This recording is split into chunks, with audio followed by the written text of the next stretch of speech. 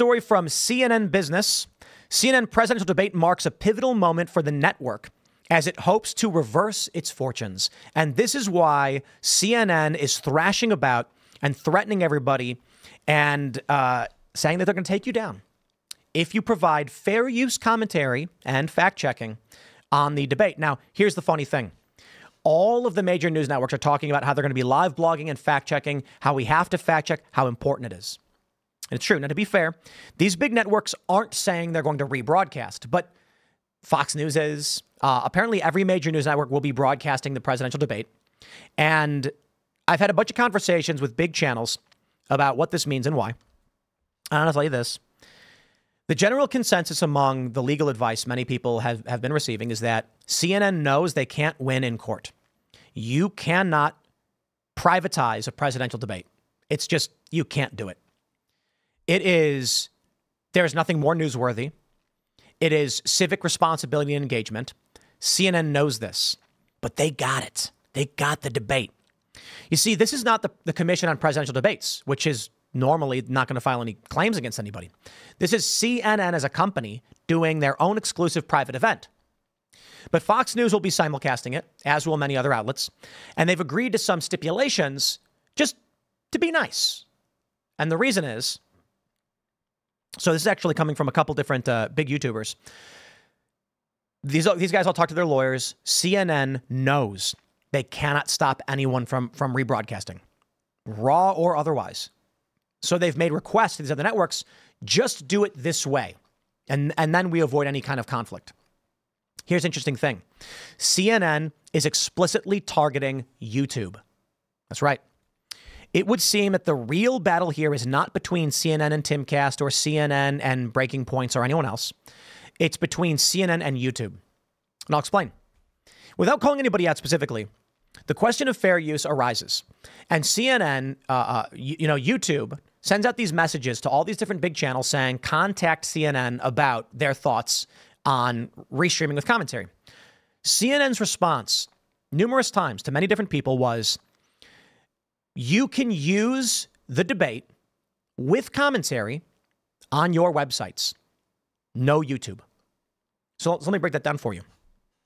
CNN has basically told many people, you are allowed to take CNN's embeddable YouTube player, put it on your website, paywalled, add your commentary to the stream, so long as it can't be watched on YouTube.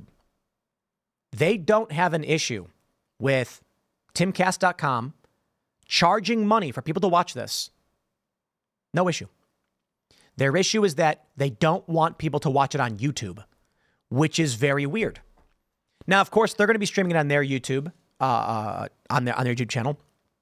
So I talked to YouTube about this, and I was just like, you realize what they're saying, right?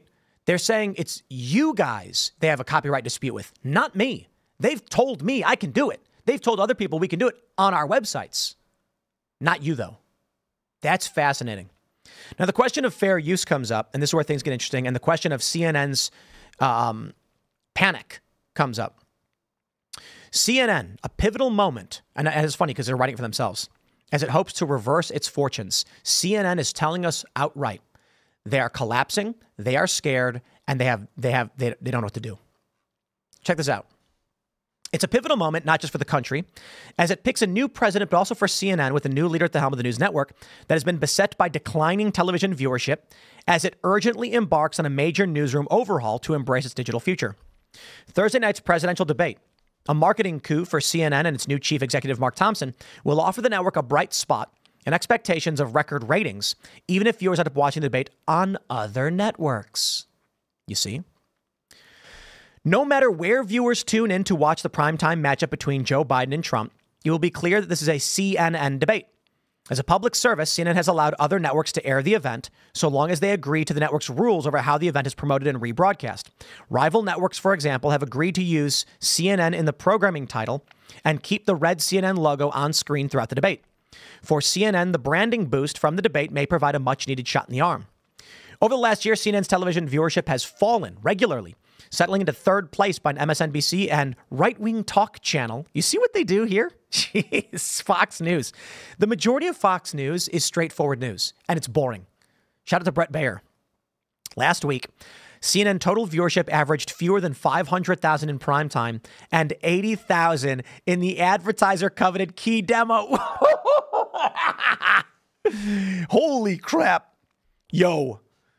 Guys, let me pop over real quick to like my first segment from yesterday's morning show. 188,000 with 150 in the key demo.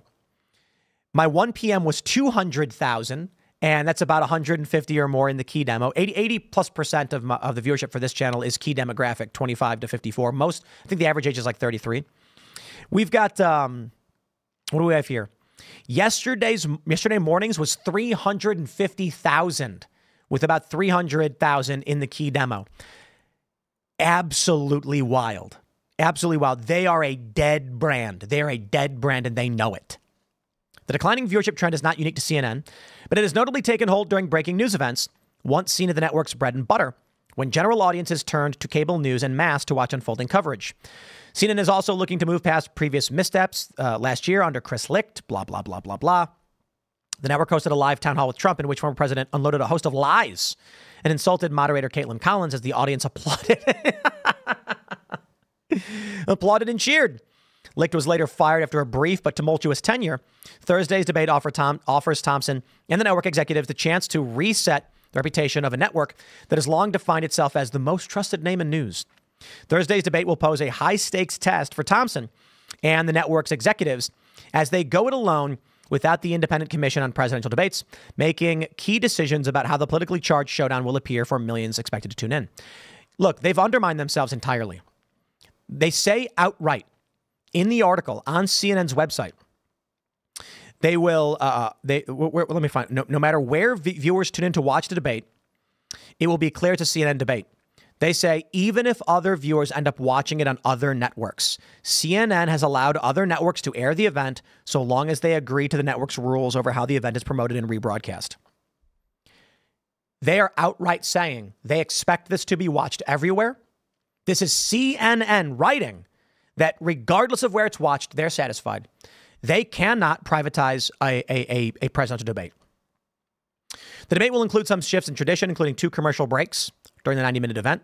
A first, since the Commission of Presidential Debates took over the process more than 35 years ago, other networks are free to sell their own advertising but cannot put up their own commentators or anchors during the breaks. There will be no live audience, blah, blah, blah. It's also the earliest a general election debate has ever been held, coming weeks. That's by design, blah, blah, blah. Let's talk about this, my friends. A new format and few fact checks. They're not going to fact check. They say, here we go. Let's read this. While CNN and ABC are hosting debates this election season, so ABC is the next one, Varenkov said he believes 2024 debates are merely a hiccup in the commission's long history, and they'll be back to sponsoring the debates for the next campaign. There are other ways to do things, and we'll look into it. But with the candidates moving to circumvent the commission and its rules, some critics have suggested it could eventually result in highly partisan actors hosting debates in the future. But Schroeder said he doesn't believe that Thursday's event will lead to that possibility, since each campaign still must sign off on the terms of any debate. For now, he said, there are still enough mainstream news organizations. Not for long with these ratings. It must be said, there is an obligation for me, Stephen Crowder, Benny Johnson, Breaking Points, David Pakman, you name it, Kyle Kulinski. We are obligated. We are obligated as political personalities with our views under our civic responsibilities and to our audiences to fact check, to criticize, to comment on the presidential debate. It can only be done live. That's it. There's no reality where we can effectively provide understanding of this as it is a live event. If CNN tries to assert exclusive rights over a presidential debate, this is the end of civic engagement. It cannot be allowed. It will not be allowed. CNN's going to try and make their political moves. I reject it. Now, there are some arguments. Fair use. First, questions pertaining to fair use, typically it's fair use if it's educational, and there's other arguments. However, all that really matters is that this gets weighed and it It's interpretable. One of the arguments that I'm seeing on the other side of this in favor of CNN, and I respect these arguments, but they don't outweigh the importance. There's two. If infringement upon CNN's market is the principal argument, that's it. There's two components of it. CNN, and like Fox News with their presidential debate, need to be able to monetize this to do the debate. If they can't make money off it, they can't host these debates. It's very expensive. Well, that's unfortunate. It is. But the reality is, it's still the president and the former president in a historical debate, and we must tell the public real time what's happening. The other argument is that we use all of our commentary uses a substantial portion of their event, the entirety of it. And that is a heavy weight in fair use. That being said, it is not, and this is why it is fair use. First, it is not a replacement for the debate. When we hosted our commentary show on the presidential primary debates for the Republicans, there are periods where we mute the candidates. Tonight, as Joe Biden and Trump are speaking, there will be periods where we will mute them. Why? Not to shut down what they're saying, to comment on what they've said. It's the only possible way to do it. We will be talking over them. If you are looking for the raw debate to watch them without commentary, you're going to watch that on CNN, Fox, ABC, or whoever else is rebroadcasting. If you're watching us, you will not get that. You won't. You're going to get periods where we are laughing, insulting them, and you won't be able to hear what they're saying. Sorry, that's reality. That's what a commentary show is. Here's the other important factors for fair use. I do not believe you should be allowed to privatize presidential debates. Same argument for Twitter banning people. You should not be allowed to take the principal pathway by which a president is going to be arguing, communicating, debating ideas, and then shut people out from that process. When Twitter bans people, so there's two components. When Trump or AOC blocks people on X so they can no longer engage with their posts, I believe that is wrong. I believe that you should be allowed to respond to their posts. Sorry, you're a politician. That makes sense. You are creating a space where you're speaking. However, when this suit was ruled, and I believe it was the Supreme Court said you can't block people if you're a politician, this created a conundrum. If Donald Trump blocks you, and they sued him over it, he blocked people, and they said you can't block him because you're a public figure and you've created a forum by which people are communicating and they have a right to communicate, free speech. The problem then is the private intervention of Twitter.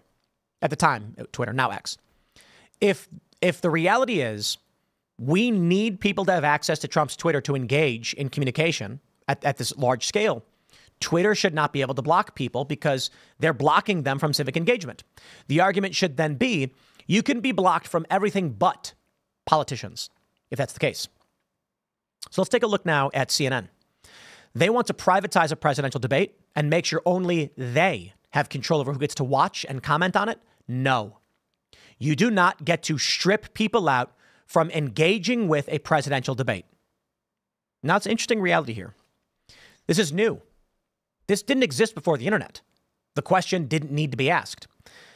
Anybody who was going to broadcast a presidential debate would just do so, and there was only 3 or 4 channels, so it didn't really mean much. Many channels who didn't do politics and were doing entertainment knew their ratings would be in the gutter. But that's just the way it is.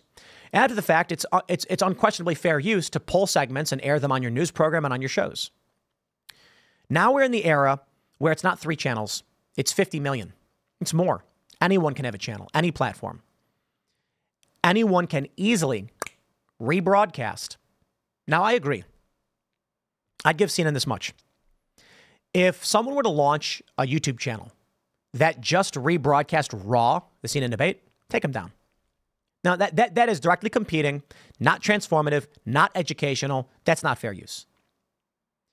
However, for those of us that will be fact-checking and commenting on and criticizing CNN, mind you, and their moderators, and that's a huge component of this, fair use, no question. There's 2 things to consider outside of the whole debate. This is not just about me saying Trump was wrong there or Biden was wrong there. It's about me saying Jake Tapper is manipulating this. They're silencing Trump or they're helping by whatever it may be. The right to criticize CNN in real time. And why real time? Because this is the pivotal moment. Tonight is history, and we will not be shut out. Now, I've been told it's entirely possible that CNN will make moves to shut down any live stream during the debate that's on YouTube. They've told people, feel free to live stream on your own website and even charge money for it. That don't fly. But we will be multi-streaming on X, Rumble, and YouTube. And that's how it's going to get done. And if YouTube takes us down, I tell you what this means. If we receive a copyright strike while we are live broadcasting, that means Timcast IRL will be shut down for 7 days. Fortunately, that includes Saturday and Sunday. And that means that Thursday to Thursday, there will be, no show Friday, Monday, Tuesday, Wednesday. But guess what? Thursday and Friday, it's 4th of July weekend. We're off. We're not working. And this one's interesting. You know, look, I hate taking vacations. I really do. I don't like not working, but you cannot work holidays. It's dude, trying to do news shows on holidays is the most taxing and difficult thing in media and content creation. There are much harder jobs than what I'm doing right now. What I mean is, you know, usually you wake up, everybody's working, there's stories, there's debate, but on holidays, nobody's working. So the stories are all like, man goes on vacation with wife and surprises her. And you're like, that's okay, I guess. It's just not news. And then everyone's outside celebrating. They're not even watching. So they're not going to watch what you make. There's no big stories to cover. And more importantly, we should take the time off and celebrate the 4th of July. So we're taking the 4th and the 5th off, and then we're back on Monday. So I've had conversations with some other big channels, and they said, if we get taken down for a week, we are screwed. A quarter of our monthly revenue gone. And I'm like, yeah. That is worrisome. I don't know what to tell you. We're gonna do it. And I suppose, and I hope YouTube knows this, we are, Cyclone says, Tim's scheming a long break. We're already planning our 4th of July weekend. I'm going to go see family and climb some mountains or something. But I'm like, what's my worst case scenario? They take the shut on for a week. Extended vacation, I guess, But here's the reality. And I hope YouTube knows this. I told them, if this is the way you guys play this game, we're going to multi-broadcast on X and Rumble. And if the reaction is, because we have to. And I told them, like, look, we try not to do this because a large portion of our viewership is YouTube TV. They don't subscribe. So I'll tell you this. Timcast IRL has 1.75 or whatever million subscribers. But our live viewership and our per episode viewership is 20+%, which is double the average of YouTube, and it crushes a bunch of other big YouTube channels. Why? A large portion of our viewership watch on TV. We've done these surveys. They sit down on their couch, they open the YouTube app, and they press Timcast IRL Live, and they're hanging out with their friends, their roommates. They play the show at work, and it's like 10-1. So we don't actually know the full ratings the way they used to do on TV because we're a weird hybrid mix. I suppose this arose due to the show launching during COVID, and people built a routine around us being their TV program and not a podcast. We're a live primetime show, more similar to Tucker Carlson than we are to Joe Rogan. And so that affects our ratings. If, however, because of this move, we are forced to multi-stream and it results in a massive explosion of ratings and viewership, that's the new norm. That's the new norm. We were trying to keep our clips spread out on Rumble and YouTube, but now we have no choice but to multi-stream. And if we see a massive net positive from this action, well, it's too bad, YouTube. You did it to yourselves. YouTube got to enjoy for a long time the exclusive on Timcast IRL because it was just easy for our viewers and easy for us, and we don't want to risk anything. But now they put the risk in our laps, and I say, here we go. My expectation is that we're going to get quadruple the viewership by doing this. The YouTube audience will continue to watch on TV as they normally do. Our followers who refuse to watch YouTube and are only on Rumble will do so. And I have 2 million followers on X who will begin to watch the show, and our ratings are going to jump. Our sponsorship rates are going to jump, and so be it. Because I don't know for sure, we've been reluctant to make any drastic moves, which could negatively impact our revenue stream. And, if it ain't broke, don't fix it. That's the challenge for us. Make a big move, take a risk, or don't once the cat's out of the bag. Well, YouTube forced our hand, so that will be the case. Tonight, we will be live 8 p.m. for the normal show with our good friend Alex Stein, and we'll be having a good laugh. We're going to have a watch party with the crew. We're going to have pizza, wings, and such. We're going to skateboard and play Magic the Gathering. I'm not kidding. We literally are. And then we will be live for the show to comment on the debate. And in the event YouTube takes us down, you can follow me on X at Timcast, where it will be pinned at the top. And we'll also be at rumble.com/TimcastIRL, live streaming as well. All right, everybody, I'm going to wrap up this segment. For those that are watching live, the show goes on, but we'll wrap up this segment for now. So again, become a member at Timcast.com. This one's important. I always try to just say like, hey, become a member and watch the uncensored show. But I'm going to give you a deeper pitch today. I'm going to give you the deeper pitch. This is Timcast.com. We are weird, independent, atypical political figures. We are a hodgepodge crew here at Timcast. We want to know what's true. We want to find the best solutions to help this country and make everyone's life better. If you watch the show and you like what you see, go to Timcast.com, click join us, become a member, because that is how this company functions. We do have sponsorships, but the bulk of what makes this company operate is you as a member deciding to sign up and say, this is important and I want to help it continue. It's up to you. And I always tell people, and this is a sales pitch no-no, but I think it requires honor and integrity. If you can't do it, don't do it. Take care of yourself, your friends, and your family, because our ultimate goal is to win a culture war and make sure you all succeed. But if you like the work we do and you want to see more of it, if you think our experimenting and creating culture is worth it, some of you don't, but if you think it is, become a member at Timcast.com and you will get access to our Discord server, our uncensored member call-in shows, and to come, more benefits. Hopefully with our Elite Club, we already give privileges to those who are in our Elite Club, which is $100 a month or more. We're going to be setting up a private club in Martinsburg, West Virginia, once we get the permits approved, and you have a physical place to hang out. We hope to have thousands of locations in the next 10 years where people can hang out and share ideas. And this all relies on whether or not you actually think it's a good idea.